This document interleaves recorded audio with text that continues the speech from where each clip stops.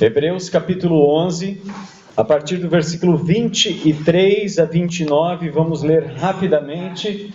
Esse texto já foi lido outros domingos. Nós estamos numa série de mensagens a respeito da vida de Moisés. Eu tive o privilégio de ser o preletor do Retiro da Terceira Idade em 2009, lá em Veranópolis. E pela graça de Deus, Deus me deu graça de entender algumas palavras mais profundas da Bíblia, porque falar para alguns pastores que já estavam aposentados e alguns irmãos que já tinham mais tempo de igreja do que eu de vida, Deus foi gracioso comigo e me deu algumas palavras que vieram ao coração daqueles irmãos que estavam ali. E a minha oração, irmãos, é que Deus use essas mensagens aqui também para abençoar o seu coração, abençoar a sua vida. Eu sei que muitos aqui conhecem bastante da palavra de Deus, outros conhecem menos. Então, numa igreja assim, nós acabamos tendo que fazer um pacote, por assim dizer, para que todos sejam alimentados.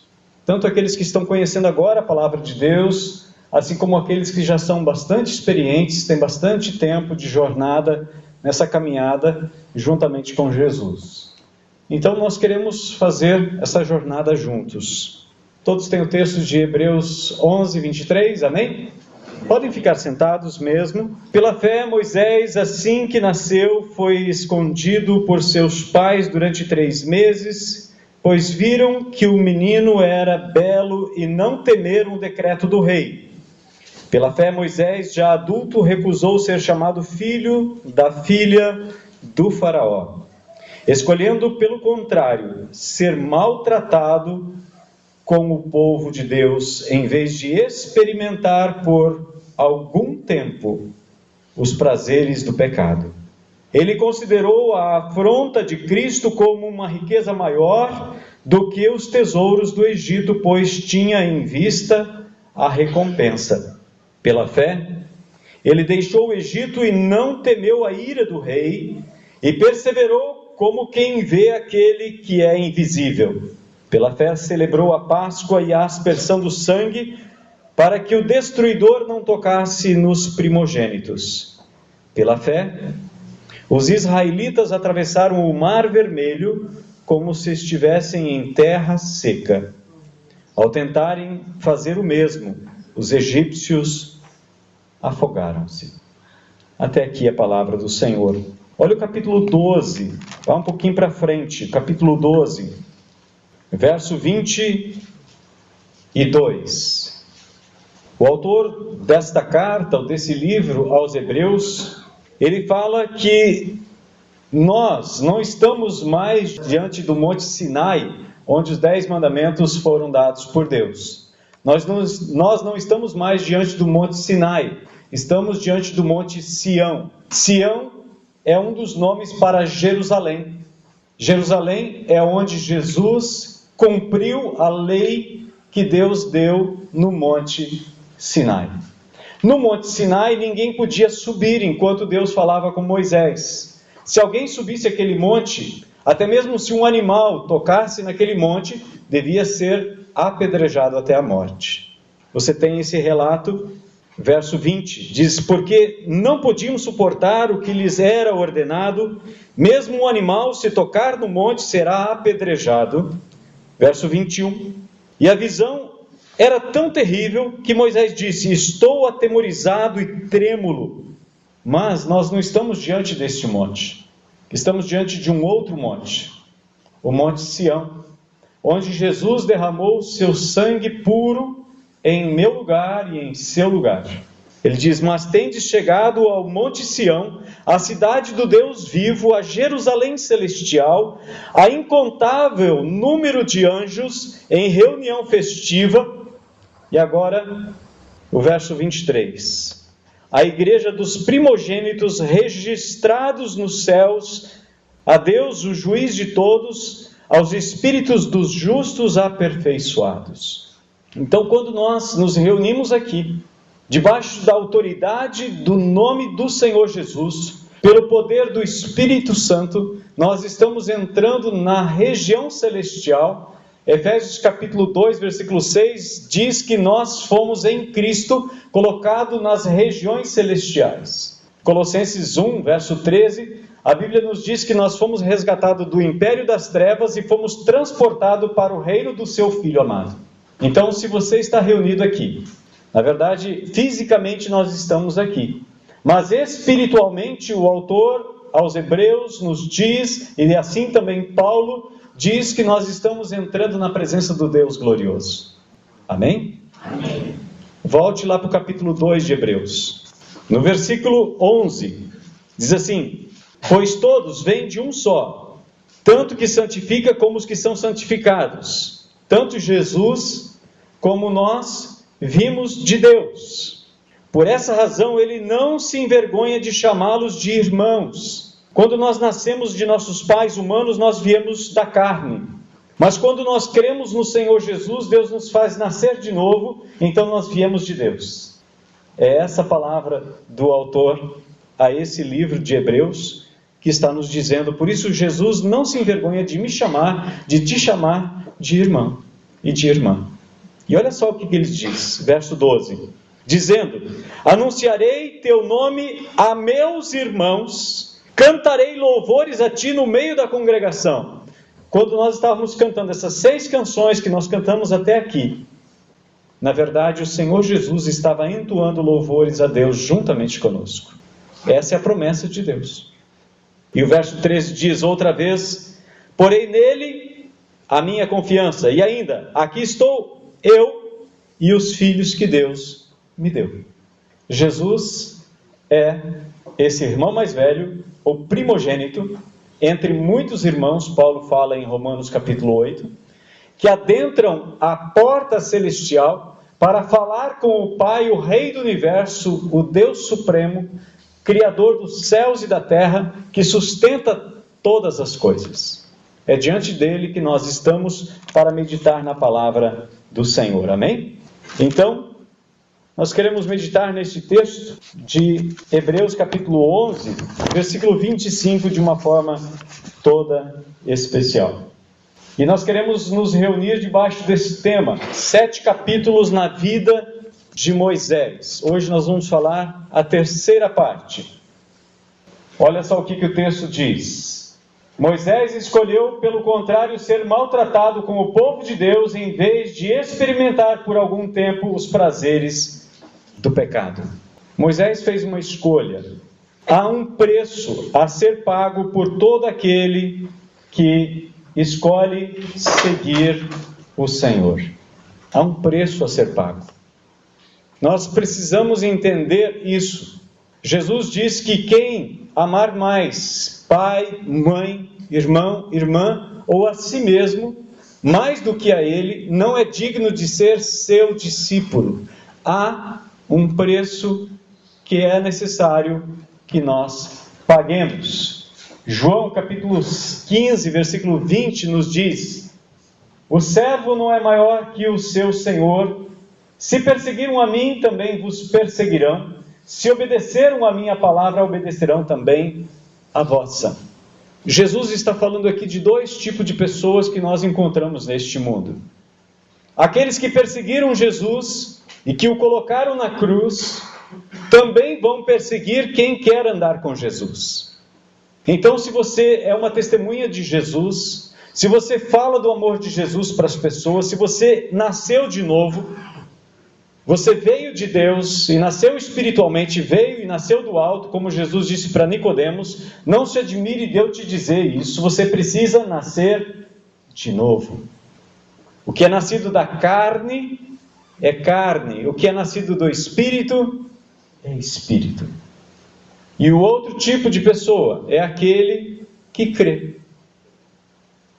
Se por um lado, aqueles que não nasceram de novo e que não vieram de Deus nos perseguem, por outro lado, Jesus diz que aqueles que vêm de Deus ouvem o que nós temos para dizer. Por isso que esses 2 tipos de pessoas vão permanecer até o dia da volta de Jesus. Jesus diz que eu não sou superior a ele, nem você é superior a ele. Se eles perseguiram Jesus, o Filho de Deus, eles também vão nos perseguir. Pela graça de Deus, nós vivemos num país onde há liberdade de pregar a palavra de Deus. O maior perseguidor nosso não se chama ser humano, muitas vezes é a nossa própria natureza. Muitas vezes é a nossa preguiça. São outras coisas que nos impedem muitas vezes de ter comunhão com Deus. Satanás sabe que não pode impedir que você entre na presença de Deus. Então ele bolou uma estratégia em nosso país. Eu vou ocupar tanto os filhos de Deus que eles não vão ter tempo para Deus. E quanto mais nós ficamos longe de Deus, mais somos enfraquecidos em nossa alma, em nossa fé, em nossa confiança, em nossa esperança, porque não nos alimentamos com o único leite genuíno que pode nos dar crescimento para a salvação, conforme Pedro diz. E Paulo, escrevendo aos Filipenses, no capítulo 2, ele diz: prossegui a desenvolver a vossa salvação com temor e tremor. É necessário que nós prossigamos. Quando a 10ª praga foi lançada sobre o Egito, Moisés ordenou ao povo que passasse o sangue nos umbrais e na verga da porta, e pelo fato de ter aquele sangue ali, o anjo da morte, o destruidor, passou por cima dessas casas, não entrando, trazendo a morte aos primogênitos. Então a palavra que a Bíblia hebraica usa como passar por cima é a palavra Pessah, que traduzindo para, ou aportuguesando essa palavra, é Páscoa. Por isso nós celebramos a Páscoa, porque o anjo não entrou naquelas casas e os primogênitos foram poupados da morte. Cada um de nós, por termos vindo de Deus, todos aqueles que aceitaram a Jesus como seu Senhor e Salvador, que nasceram de novo, nasceram de Deus, fazem parte dos primogênitos, sobre quem o sangue do Cordeiro é derramado, de tal maneira que o destruidor não tem mais poder sobre você. Ele sabe que não tem mais poder sobre sua vida, mas ele pode impedir que você tenha comunhão com Deus. Então, tudo aquilo que impede você de ter comunhão com Deus deve ser deixado de lado. Paulo diz em 1 Coríntios que todas as coisas me são lícitas, mas nem todas convêm. Todas são lícitas, mas não me deixarei dominar por nenhuma delas. 1 Coríntios 6, 12 e no 10, 23, Paulo dá esses dois conselhos. São 4 questões que você pode anotar e depois olhar para a sua própria vida e fazer uma autoanálise. Estou tendo comunhão com Deus no secreto, como Jesus mandou e ordenou? Entra no teu quarto, fecha a porta, fala ao teu pai que está em secreto, teu pai que está em secreto, lá em mistério, lá no secreto. Ele vai te recompensar, ele vai ter comunhão contigo, ele vai te orientar, ele vai te consolar, ele vai te fortalecer, ele vai te curar. Esses 2 tipos de pessoas vão existir até o dia em que Jesus voltar. Lucas 9, 23, Jesus fala sobre o preço de sermos discípulos dele. Ele diz, não somente aos discípulos dele. Essa ordem de Jesus não é apenas para um grupo seleto, para algumas pessoas. Talvez alguns que se isolem num mosteiro, como monges, e ali querem viver exclusivamente para Deus.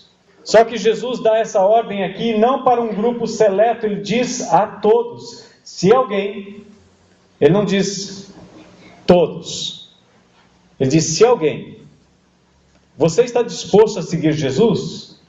Se alguém quiser vir após mim, negue-se a si mesmo, tome cada dia a sua cruz e siga. Tem coisas preciosas aqui, só nesse versículo, que nós poderíamos passar 1 hora falando. A Bíblia é riquíssima em detalhes que nos ajuda a não nos desviarmos da verdade, mas firmar os nossos passos, para que dia a dia nós possamos andar com Jesus. E quando nós olhamos para trás, precisamos analisar: como é que foi o meu dia hoje? Como é que eu andei? Como eu falei? Como foram os meus pensamentos? E se não foram corretos, é hora de se prostrar diante de Jesus e dizer: Senhor, eu errei. Eu falei aqui, eu falei ali, eu falei lá. Me ajuda. Eu quero ser melhor no dia de amanhã. Hoje eu preciso ser melhor do que eu fui ontem. E amanhã melhor do que eu sou hoje. Cada dia Deus vai moldando a nossa vida enquanto nós colocamos o nós na cruz. Enquanto nós não colocarmos o eu na cruz, Jesus não vai brilhar na nossa vida. Você já reparou que o nome Jesus tem eu no meio? Mas o eu tem que sumir para aparecer Jesus. Você já reparou que o nome Deus tem eu no meio? As únicas vogais do nome Jesus e Deus é eu. Eu tem que sumir, mas nós não perdemos a identidade quando nós nos unimos a Deus. Deus continua dirigindo a nossa vida para que nós sejamos instrumentos nas mãos dele, para que outros também venham ao pleno conhecimento da verdade e sejam salvos. Então hoje nós queremos falar sobre esse tema, tribulação. O que é tribulação? Tribulação são problemas que nós não podemos controlar. Tribulação são dificuldades que surgem em todas as áreas que poderíamos mencionar. Na área espiritual, na área psíquica ou na área emocional, física, social que nos cerca. Tribulação. Falando em tribulação, Jesus diz e profetiza de um tempo que será chamado a grande tribulação. Creio que você já ouviu falar sobre a grande tribulação. O mundo que nos cerca, cada vez que vê um tornado, vê um terremoto, vê uma coisa estranha, diz: o dia está chegando. Mesmo sem ele parar para pensar. Mas ele anuncia, porque ele sabe que esse dia se aproxima. Romanos 8,18 nos diz que nós passamos por tribulação. Ele diz: considero que os sofrimentos do tempo presente não se podem comparar com a glória que será revelada em nós. Não dá para comparar. Paulo diz: nós passamos por tribulação, passamos por problemas, mas aquilo que vai ser, quando nós ressuscitarmos e tomarmos posse da glória celestial, não dá para comparar. É incomparável. As dificuldades que nós sofremos hoje podem ser grandes. Para alguns, são montanhas. Mas Jesus diz que se você tiver fé, você vai dizer para essa montanha: sai daqui e se lance no mar. E assim acontecerá com essa pessoa. A Bíblia não fala de montes e de montanhas literais, está falando de problemas, de dificuldades. O profeta Zacarias fala sobre isso. Quando fala sobre Zorobabel, ele diz que aquela montanha, ele vai dizer para aquela montanha: você vai ser uma planície. E assim será feito.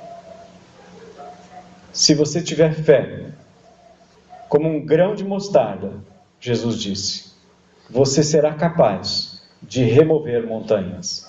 Montanhas de dificuldades, montanhas de problemas, montanhas que te impedem de avançar e de se aproximar do Senhor. Porque todo caminho leva a algum destino.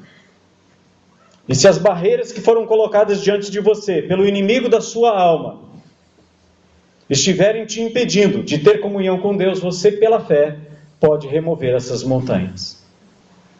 Você crê nisso? Amém. 2 Coríntios capítulo 4, versículo 17 e 18, Paulo continua falando sobre esses problemas, sobre as tribulações. Ele diz: pois nossa tribulação leve e passageira produz para nós uma glória incomparável, de valor eterno, pois não fixamos o olhar nas coisas visíveis, mas naquelas que não se veem, pois as visíveis são temporárias, ao passo que as que não se veem são eternas. No capítulo 5, versículo 7, Paulo fala: nós não nos dirigimos por vista, mas nos dirigimos por fé. Aquilo que você vê já não é mais esperança. Como é que você pode esperar o que você vê? Por isso, nós aguardamos novos céus, nova terra, onde habita a justiça. Olha o que aconteceu com Jesus. Embora sendo filho, aprendeu a obediência por meio das coisas que sofreu. Depois de aperfeiçoado, tornou-se a fonte da salvação eterna para todos os que lhe obedecem. Jesus também sofreu.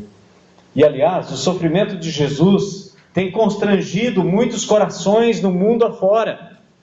O conde Zinzendorf, ao olhar para as chagas de Jesus, ele parou para analisá-las e pensar sobre elas. Deus moveu o seu coração, ele se converteu ao Senhor.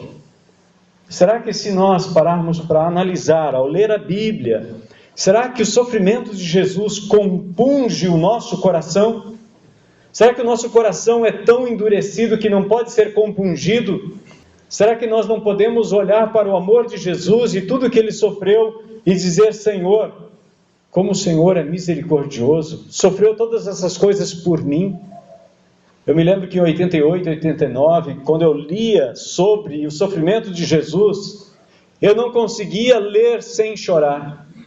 Não conseguia ler e meditar sobre o sofrimento de Jesus sem derramar lágrimas, não porque eu sabia o que ele estava passando, mas porque o Espírito Santo estava moldando o meu coração. Por isso Paulo diz nessa mesma carta aos Coríntios, no capítulo 5, versículo 14, o amor de Cristo nos constrange. É o amor de Jesus por mim e por você que deve constranger você a buscar cada dia mais a presença de Deus. O profeta disse: é com laços de amor que vos atraí. Deus quer nos envolver com amor, porque Deus é amor. Deus não nos atrai com ameaças, Deus nos atrai com amor, com misericórdia. Romanos capítulo 2, versículo 4. Olhe esse texto. Romanos capítulo 2, versículo 4. Ouça. Ou desprezas as riquezas de sua bondade, tolerância e paciência, ignorando que a graça de Deus te conduz ao arrependimento? É a graça, é a paciência de Deus que nos conduz ao arrependimento. Se cada vez quando nós errássemos, Deus jogasse um raio do céu, muitos estariam andando direitinho, mas estariam andando com medo e não com amor. Deus não quer pessoas medrosas no céu. Antes, o perfeito amor lança fora o medo, João diz. Lança fora o medo. Porque aquele que teme não é aperfeiçoado no amor. É claro que temos que nos aproximar de Deus com temor e tremor. Mas o que deve nos constranger a servir a Deus é seu amor, é a sua graça. E é isso que moveu o coração de Moisés. O mesmo Espírito Santo que move o meu e o seu coração a escolhermos Jesus. Em face de tantas oportunidades de prazeres passageiros que existem neste mundo, Deus nos dá o privilégio de uma escolha. Que tipo de escolha você está fazendo em sua vida? Moody disse que nós precisamos desenvolver um caráter de tal maneira que, se alguém olhasse para quando ninguém está olhando para nós, o que ele encontraria? Ou, em outras palavras, quem é você quando ninguém está olhando? Quem é você quando ninguém está olhando? Esse é o seu verdadeiro eu. Se você chegar à conclusão de que quando ninguém está olhando, você se deleita com pornografia, com mentira, com filmes de sacanagem, então é isso que você é. Eu posso vir aqui e vender uma imagem para vocês, mas na verdade Deus vê o meu verdadeiro eu. Se eu sou mentiroso, mal pagador, salafrário, cafajeste, se eu bato na minha esposa, se eu falo da vida alheia, Deus está vendo isso. Deus vê a mim quando ninguém está olhando. Eu sou o meu verdadeiro eu. Você quer se olhar no espelho para ver quem você de fato é? Pare para pensar quando ninguém está olhando, quando você está sozinho. Seu desejo é buscar a Deus? Jesus é nosso exemplo. Moisés também é um modelo para nós. Moisés estava no deserto, ele teve um encontro real com Deus. Jesus tinha toda aquela multidão à sua volta. Constantemente ele saía para ir no lugar sozinho para orar, para buscar a face de Deus. Quem somos nós quando ninguém está olhando? Embora sendo filho, aprendeu a obediência por meio das coisas que sofreu. E depois de aperfeiçoado, tornou-se a fonte da salvação eterna para todos que lhe obedecem. Estamos dispostos a obedecer a Jesus? Ele é a fonte da salvação. Hebreus 12, 2 nos diz: fixando os olhos em Jesus, o autor e consumador da nossa fé, o qual, por causa da alegria que lhe estava proposta, suportou a cruz, não fazendo caso da vergonha que sofreu, e está assentado à direita do trono de Deus. Jesus passou por tribulação, por problemas, por dificuldades. A tribulação é uma realidade. Por onde a gente vai, a gente vê pessoas passando por tribulação, por problemas. Aliás, não ter problema é um problema. Porque não existe lugar onde você vá que você não vai encontrar pessoas enfrentando problemas. Eu creio que a maior sabedoria hoje para a nossa vida é saber administrar problemas.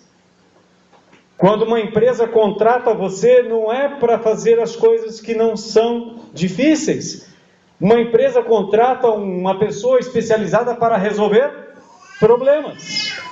O mecânico nunca é chamado para fazer um test drive no seu carro. Ele é chamado para resolver problemas. Um eletricista é chamado na casa para resolver problemas. Ninguém é chamado para outras coisas.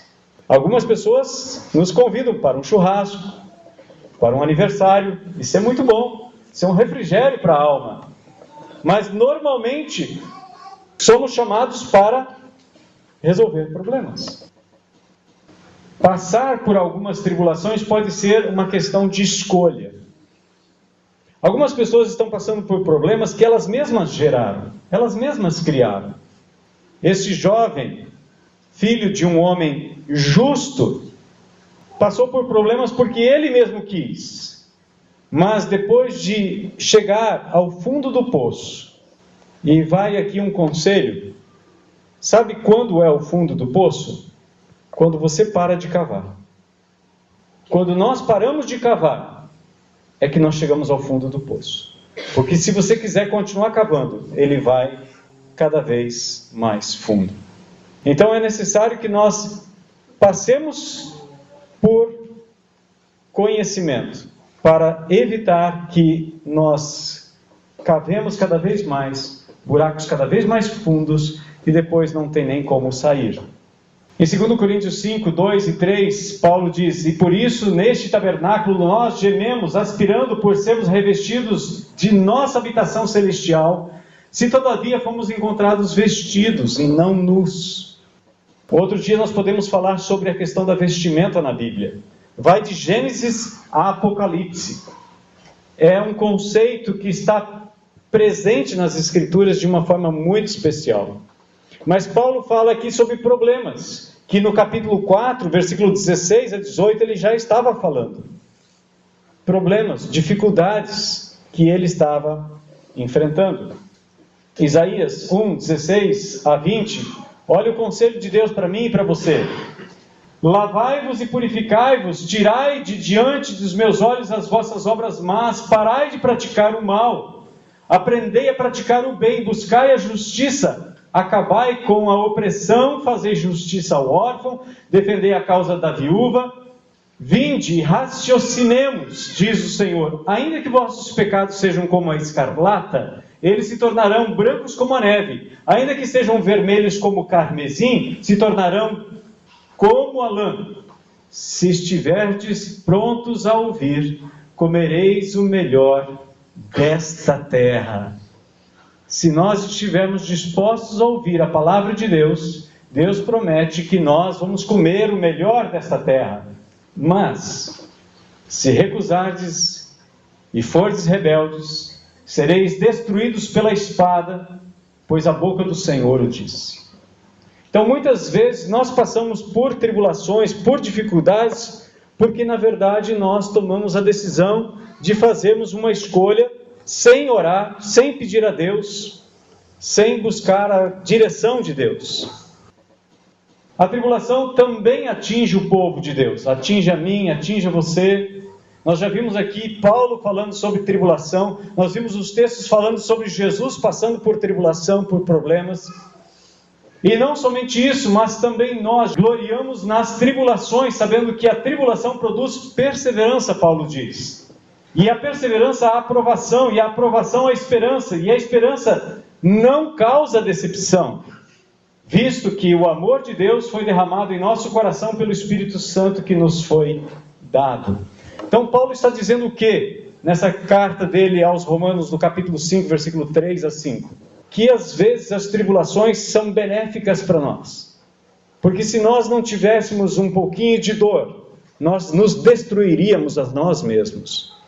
As pessoas que têm hanseníase, ou comumente chamado de lepra, eles não têm sensibilidade. E se uma pessoa com hanseníase andar descalço em cima de brasas vivas, ela não vai sentir dor. Ela pode se machucar, se ferir mortalmente sem sentir dor. A dor é um benefício para nós. A dor para nós é uma prova da nossa existência, da sensibilidade de que algo perigoso está se aproximando de nós, seja quente, seja frio, seja algo pontiagudo.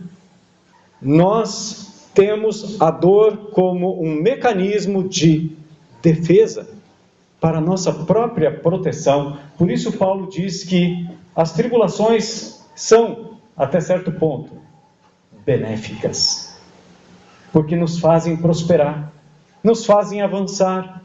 Não é assim que quando nós estamos bem, a gente até pensa em gazear um culto ou outro. Gazear, não sei, no Paraná a gente chamava gazear, encabular a aula. Maranhense chamava de encabular. Como é que você chama aqui? Matar a aula mesmo? Mas quando as coisas estão mal, você precisa daquela matéria, você não falta uma aula. Você é o primeiro a chegar e o último a sair. E se preferencialmente você ainda chama o professor para tirar suas dúvidas. Não é assim que acontece? Então a tribulação até certo ponto é benéfica para nós. Aliás, Tiago diz o quê? Tende por motivo de grande alegria o passar por várias provações. A provação produz perseverança, experiência tem que ter ação completa. Olha aqui que Pedro diz: mas se suportais sofrendo quando fazeis o bem, isso é digno de louvor diante de Deus, para isto fostes chamados, pois Cristo também sofreu por vós, deixando-vos exemplo para que sigais os seus passos. Pedro, que andou junto com Jesus, ele diz que passar por sofrimento, na verdade, é parte da nossa agenda.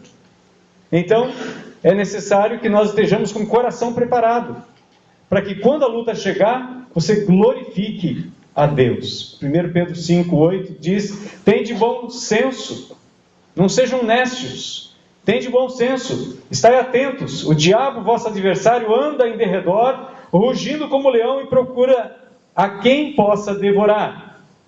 Resisti-lhe firmes na fé, sabendo que os mesmos sofrimentos que estão acontecendo entre vossos irmãos no mundo. Estamos passando por dificuldade? Não tem problema não, você não é o único. Se isso serve de consolo, você já reparou que quando às vezes a gente está mal, a gente olha alguém que está pior que nós, a gente, pois é, minha dor até foi embora agora, depois de tanta dor, tanto problema, não estou tão mal assim. Tem seu ponto positivo. A palavra tribulação, ela é algo que acontece diariamente para nós. Está presente muitas vezes na nossa vida por nossas escolhas, muitas vezes está presente porque somos servos de Jesus, somos perseguidos, muitas vezes são escolhas erradas que nós tomamos, está presente no meio do povo de Deus, e a tribulação é um período transitório. A palavra grega para transitório, para a palavra de Deus que fala aqui em 2 Coríntios capítulo 4, é proskairá.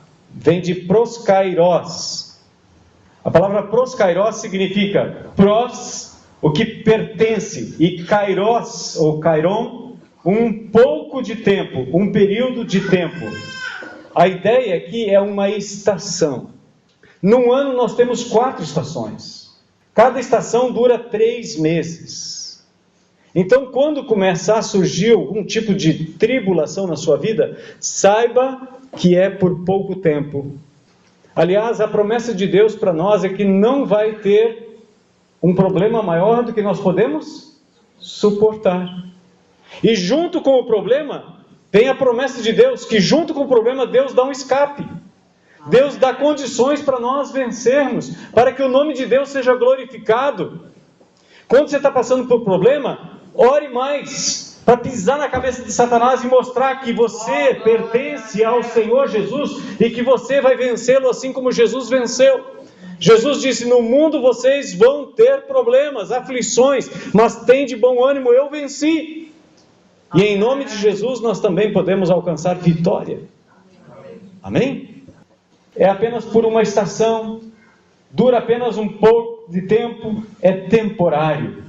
Salmo 90, versículos 5 e 6 nos diz: tu os arrastas como a torrente, eles são como o sono, como a relva que floresce ao amanhecer, que brota, floresce de manhã, mas à tarde murcha e seca.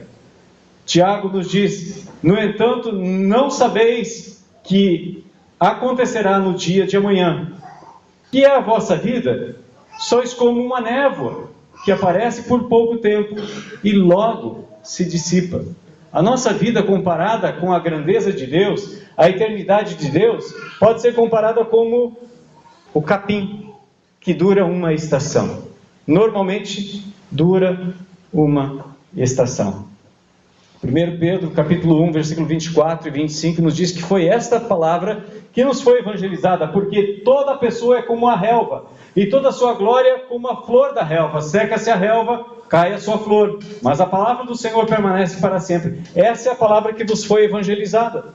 Em todo lugar por onde Pedro passou, que os discípulos passaram, eles disseram: a nossa vida é ínfima, ela é muito pequena, o tempo de nossa vida, ainda que chegue aos 70, conforme Moisés escreve no Salmo 90, ainda que chegue ali, o melhor da nossa vida é canseiro e enfado.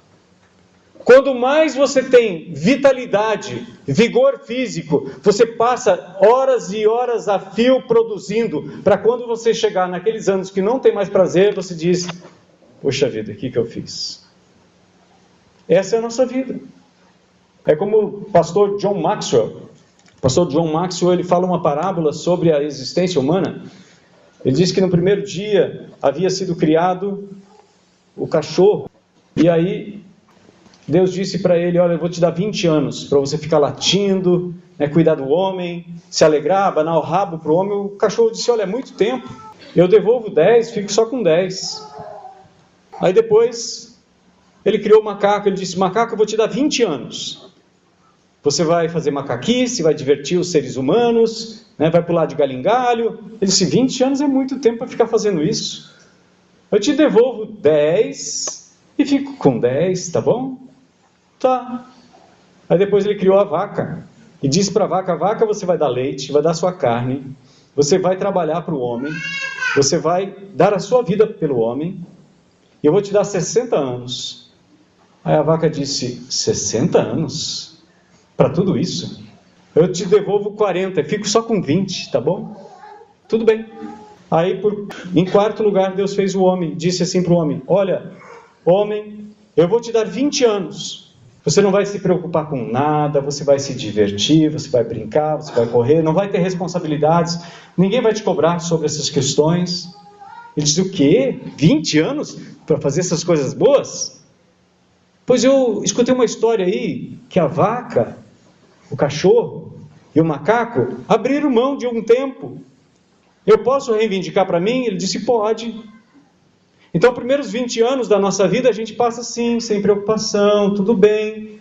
Aí os próximos 40 anos da vaca a gente passa trabalhando, feito doido.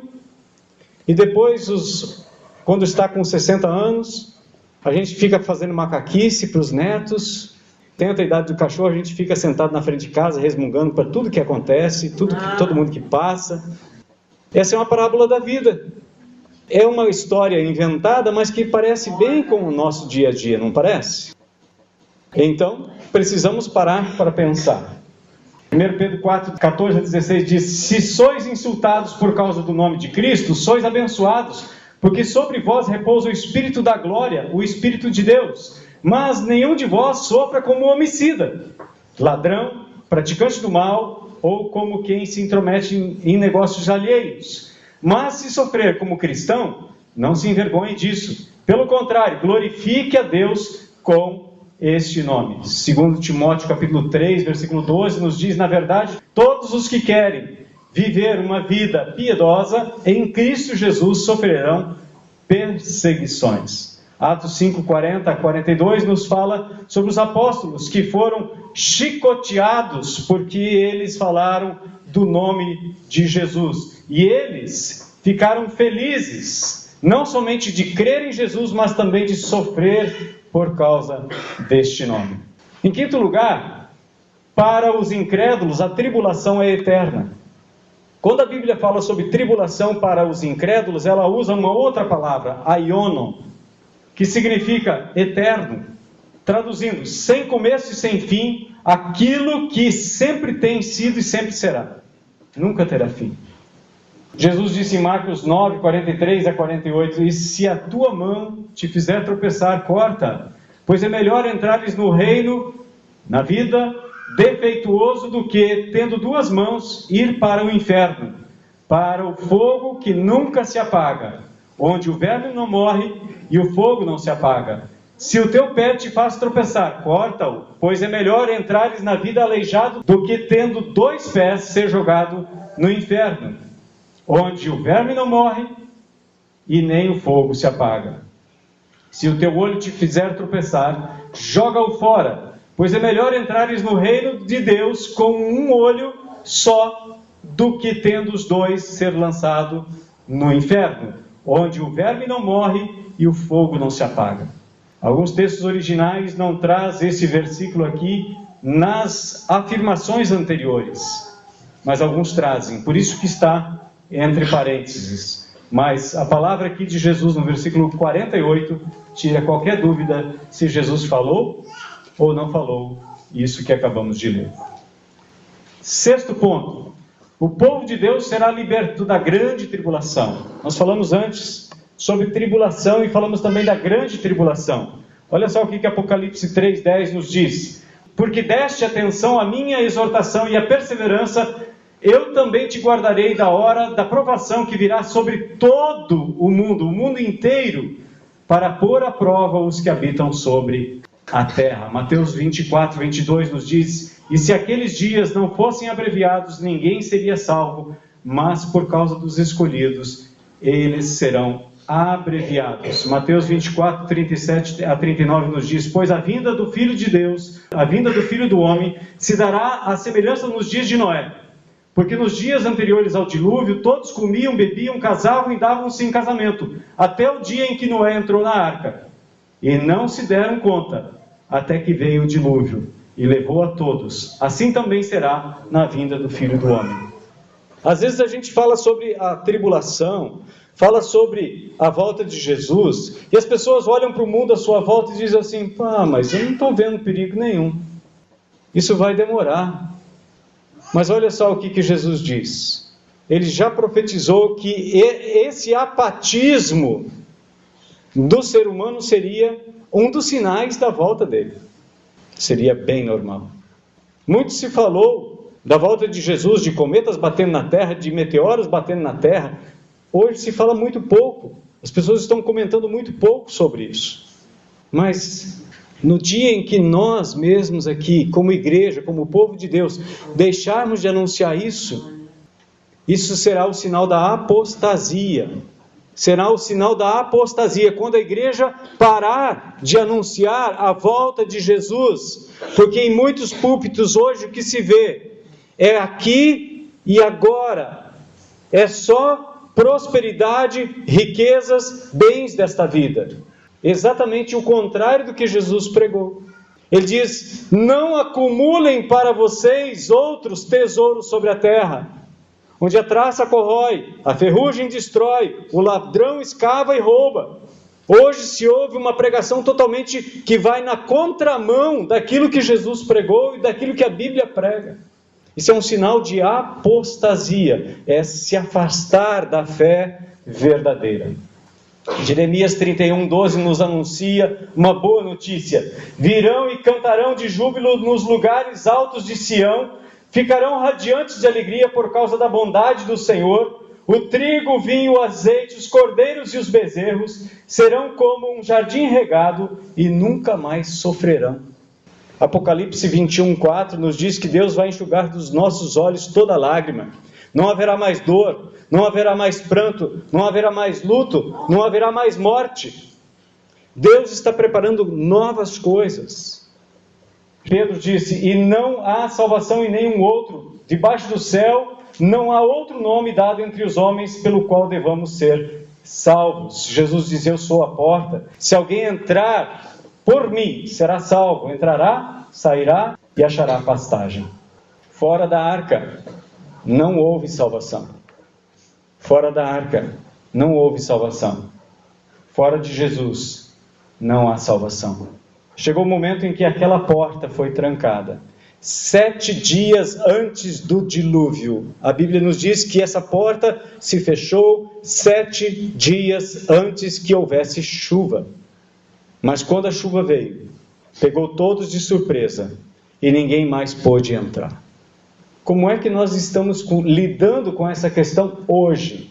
2 Coríntios 6, verso 1 e 2 nos diz que hoje é o tempo sobremodo oportuno. Hoje é o dia da salvação. Olha, o versículo 20 do capítulo 5 já diz: de sorte que somos embaixadores em nome de Cristo, como se Deus exortasse por nosso intermédio. Em nome de Cristo, pois, rogamos que vos reconcilieis com Deus. Isso foi escrito há quase 2000 anos atrás. E hoje ainda se faz necessário pregar, porque pessoas estão nascendo, pessoas estão necessitando ouvir este tipo de exortação. Aquele que não conheceu o pecado, Ele o fez por nós, para que nele fôssemos feitos justiça de Deus. E nós, na qualidade de cooperadores com Ele, também vos exortamos a que não recebais em vão a graça de Deus. Por que é possível receber em vão a graça de Deus? Em vão significa sem utilidade. Tem muita gente olhando para a graça de Deus, o amor de Deus, que Cristo morreu em lugar dele. Ele diz: ah, é? Legal. Vira as costas e sai. Quando eu tiver tempo, eu paro para ouvir o que você tem para me dizer. Muitos mesmos, conhecendo a verdade, são como aqueles que foram convidados para a ceia. Um disse: olha, eu comprei um campo, preciso ir vê-lo. Ah, eu casei, deixa eu curtir a lua de mel. Ah, eu comprei 5 juntas de boi, eu comprei um carro zero, um iate, não sei. Ou talvez uma bicicleta. Às vezes até mesmo bicicleta, até mesmo videogame pode tirar você da presença de Deus. O que está tirando você da presença de Deus? Porque Ele diz: eu te ouvi no tempo da oportunidade, te socorri no dia da salvação. Eis agora o tempo sobremodo oportuno. Eis agora o dia da salvação. Quando? Hoje. Hoje é o tempo sobremodo oportuno. Hebreus, se você está com texto em Hebreus, olha no capítulo 3, lá você vai ver. 2 vezes pelo menos está sendo alertado lá: hoje é o tempo sobremodo oportuno. Se hoje ouvires a sua voz, não endureçais o vosso coração, como foi com o povo de Israel. João 14,6, Jesus nos diz: eu sou o caminho, a verdade e a vida. Ninguém vem ao Pai a não ser por mim. Não tem outro caminho. Nós vamos passar por tribulação? Ah, vamos. Tribulação é a agenda nossa, faz parte da nossa agenda. Mas a gente precisa lembrar que a tribulação ela dura pouco tempo, mesmo que dure alguns anos. Nós sabemos que a nossa vida aqui é muito breve. O que nos aguarda é eternidade, algo sem fim. Essa é a promessa de Deus. Jesus disse: entrai pela porta estreita, larga é a porta, espaçoso o caminho que conduz à perdição, e são muitos os que entram por ela.